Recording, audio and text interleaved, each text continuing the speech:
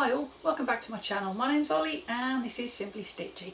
Now if you're anything like me, you'll be spending hours on YouTube watching sewing videos where people make garments or formal dresses like ball gowns, and it looks like they've made them in about 20 minutes because that's the length of the video. The thing is, videos like the one you're watching right now can be edited. Cue time jump. And it's not like you can tell unless you've got a handy clock in the frame. Then there's the patterns, you know, the ones that say they just take 2 hours to make. It's like they're setting you up to fail before you've even started. Or you've got the posts on Facebook where someone's posted a project that took them just an evening to make. Talk about demotivating. It can make you feel a little bit inadequate, especially if that 2-hour project took you a week. It can leave you feeling as though you're no good at sewing, that your skills are somehow lacking. But are you? How long should a sewing project really take? That's the question that we're going to be answering in this video, so let's get into it. The truth is, that sewing project is probably going to take you a lot longer than you thought it would. And it doesn't matter whether you're an experienced sewist or a beginner. I've got a few sewing videos, Sewalongs on my channel at the moment. There's the Bat series, which I've actually split into 4 different parts. And each one of those parts ranges in time from 11 minutes through to about 30, I think. Now all of those videos, I chop bits out to make them smaller. The video where I'm sewing on a treadle, I think I was sewing a face mask, is actually 40 minutes long, and even that one had parts edited out of it. The seat pad and the cat bed, again 27 minutes or 17 minutes, were edited to reduce the amount of time those videos lasted. The thing is, in the magical world of YouTube, things can look as though they take just 10 minutes or so. No YouTuber wants you to watch a video set in real time because they are quite long and you'll get bored. So the videos that you watch are the highlighted bits, the important bits that make the video worth watching. There's more to sewing than sitting behind a sewing machine and sewing a seam. Let's get into the things that you need to consider when you start work on your sewing project. And while we're going through the video, keep an eye on that clock, just to keep it real about time. The tools you choose to use on your sewing project will have a difference to how long that sewing project takes you to complete. If you're hand sewing, for instance, that's going to take you a lot longer than if you use a sewing machine. If you use a treadle machine, it's likely to take you longer than if you were using an electric machine. All those little things will make a difference to the length of your sewing project. The next thing that you need to consider is not all of us have got a designated sewing area. I mean me, most of the time I'm in the mudroom, which has a little corner set aside for grandma. The thing is, every time I want to use grandma or do a bit of sewing or a bit of filming, I have to make sure that the area that I'm going to use is set up and ready.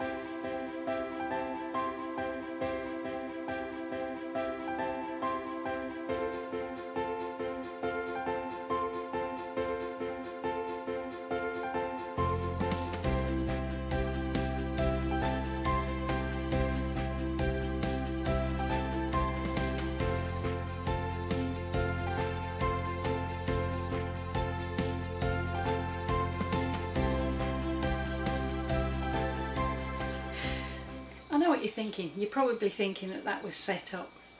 Nope. That's what I have to do every time I want to sew or every time I want to film a video. I have to clear everything out of the way and tidy it all up. The joys of sewing in a mudroom. Going through that kind of routine all the time does eat into your available sewing time, and if you're a busy person you might find that it's just too much hassle to set up your machine and start to sew, especially if you find you're getting a bit close to meal times and you're on the kitchen table, and by the time you've actually plugged your sewing machine in, it's time to put it away again because you need to eat. All of the time that it takes you to do that kind of prep, to set up your area, to get yourself ready to sew, adds to the time that it takes you to complete that sewing project. The next thing that you need to consider is what you're going to sew. You might have an idea in your head about an article of clothing or a project that you want to make, and then it's a case of finding a pattern to match what you've got up here, and that can take ages. Just pulling them out and picking the one that you think is going to give you the article of your dreams. Ooh, pants. There's a pair of shorts on that.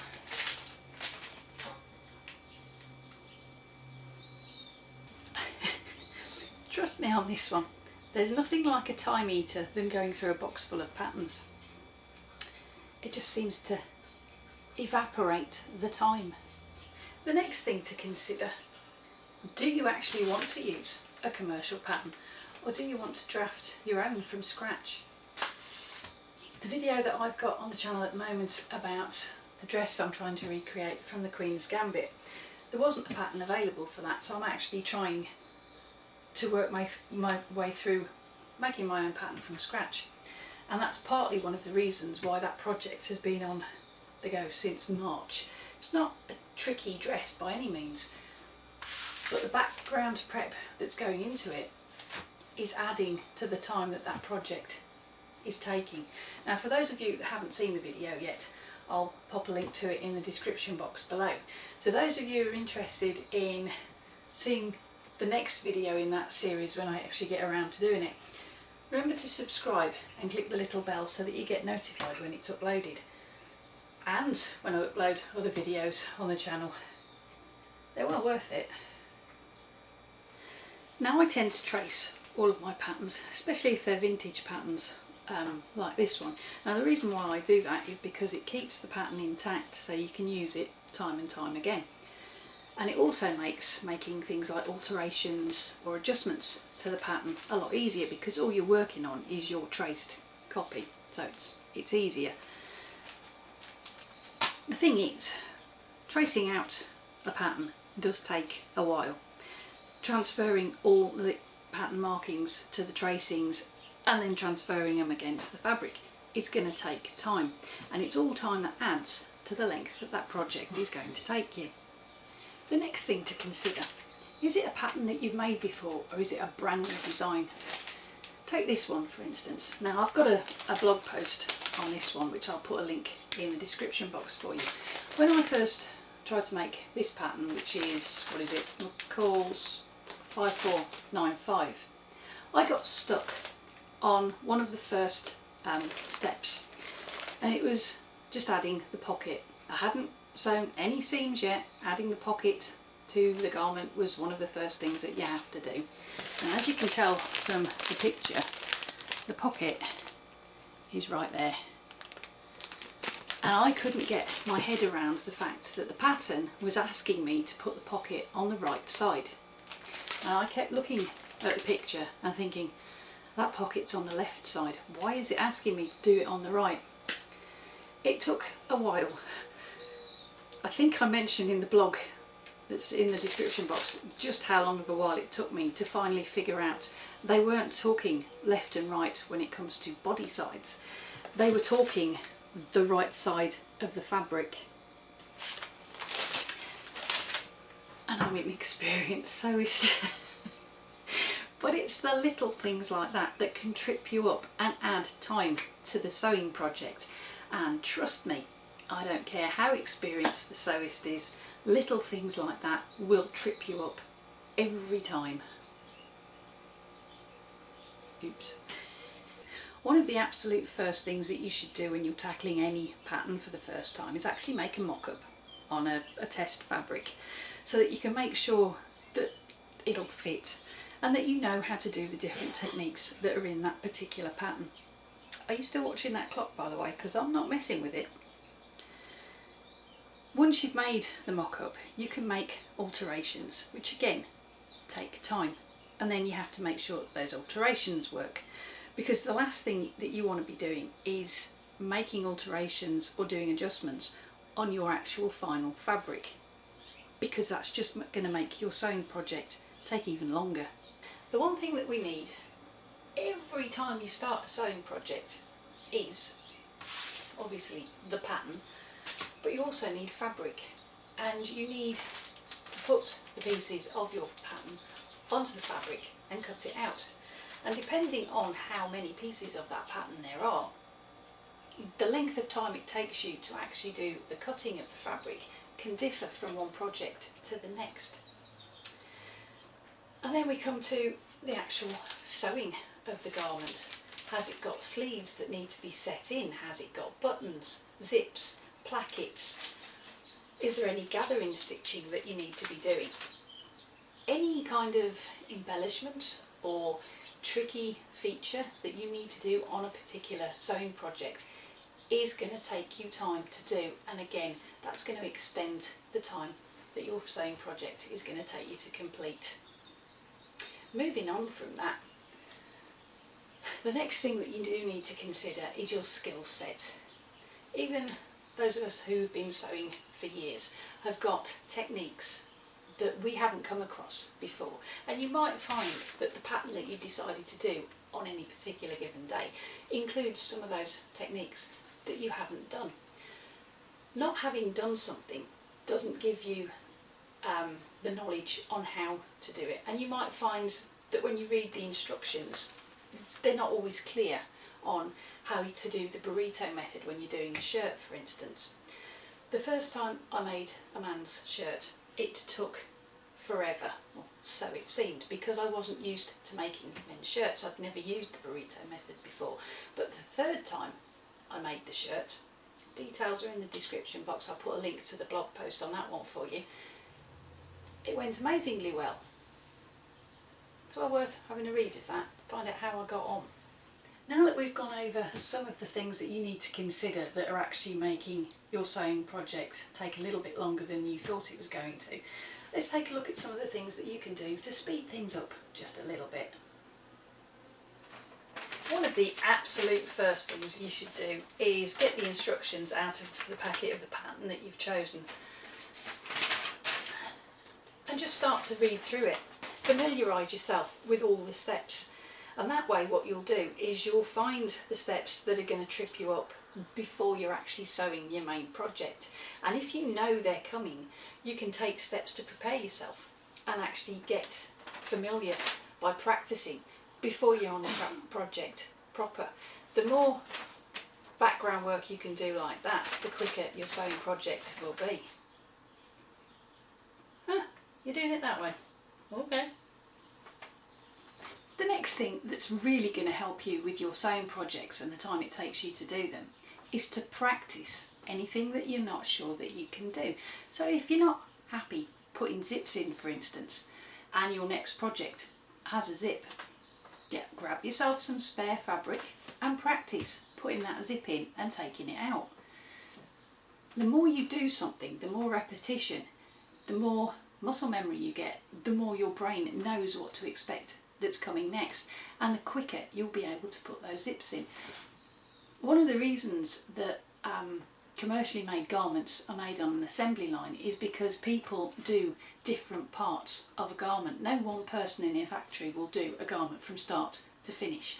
They each do, one will put sleeves in, or one will do the cover stitching or the hemming, and because they just do that one task over and over again, they get really quick at it.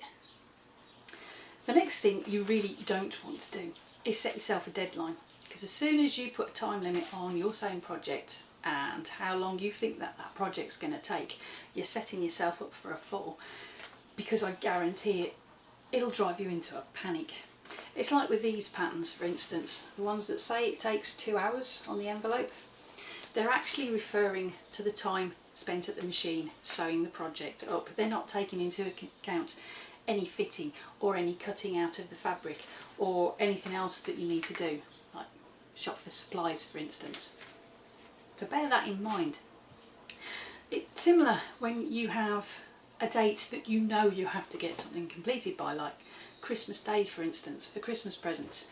The absolute worst time you could possibly think for making Christmas presents is Christmas Eve, because the shorter the time span you've got between starting your project and when you need to get it done by, the more you're going to get stressed, the more you're going to get panicked, the more you're going to try to sew too quickly, and the more mistakes you're going to make. So that project is going to end up taking you twice as long as it would have done if you'd have given yourself enough time to complete it.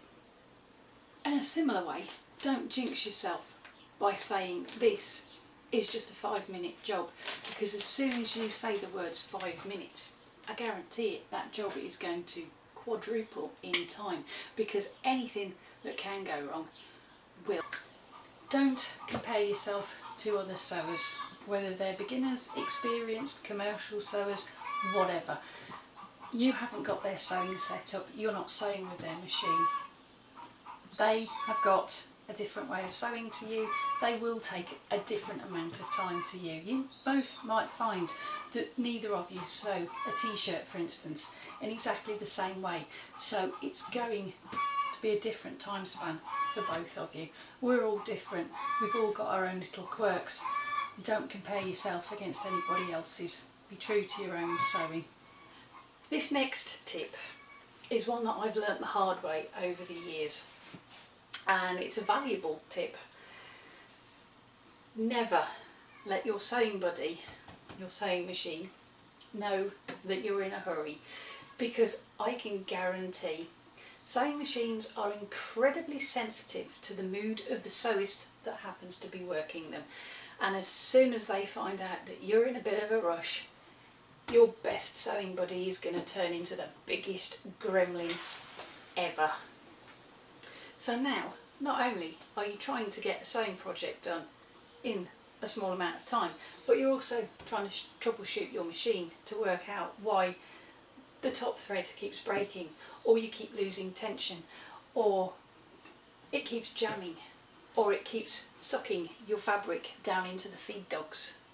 A large factor in all of those things is actually trying to sew too fast, particularly if you're dealing with layers or an extra thick fabric, something like fleece, for instance.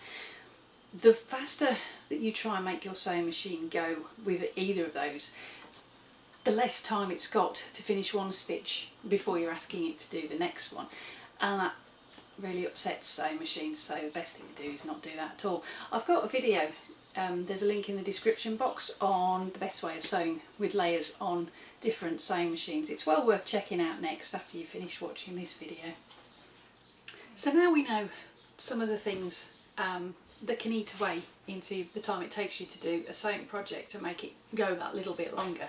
And we've looked at some of the things that can help you speed up that sewing project.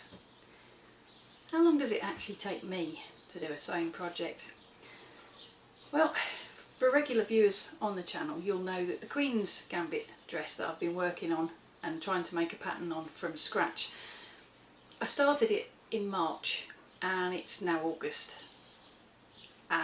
So that one's taken me longer than most of the projects that I work on. But do you know what? It's fine. Life tends to get in the way sometimes, which eats into the available time you've got to work on projects. And you'll come across a complicated bit, something that you have to work on to try and get past, like how to do a collar, for instance. The thing is, most sewing projects, regardless of your skill level, are going to take longer than you thought they would. And the thing that you need to bear in mind, sewing isn't a race. It'd be a pretty lonely one if it was, because all you're doing is competing against yourself. So the best way to deal with a sewing project is it doesn't matter if you don't finish the same day that you start it. It doesn't even matter if it takes you longer than the 2 hours it says on the pattern envelope. You take as long as it takes, because getting it done is a lot more important than the time it says on the clock. Just go with the flow, you'll have more fun. I hope you liked today's video. If you did, give it a thumbs up. And why not go and check out some of my other videos using either these links coming up any minute now, or the ones I'll put in the description box below. And whichever one you go and check out, I hope to see you back here for the next one. And why not subscribe if you haven't already, and click the little bell that's just down there above the description box so that YouTube can let you know when I upload another video. They've got some cracking videos on the channel at the moment, and I'm pretty sure you'll find some that you'll really enjoy. In the meantime, whatever you're sewing it with, embrace your creativity and have fun. Thank you ever so much for watching. I'll see you next time. Bye for now.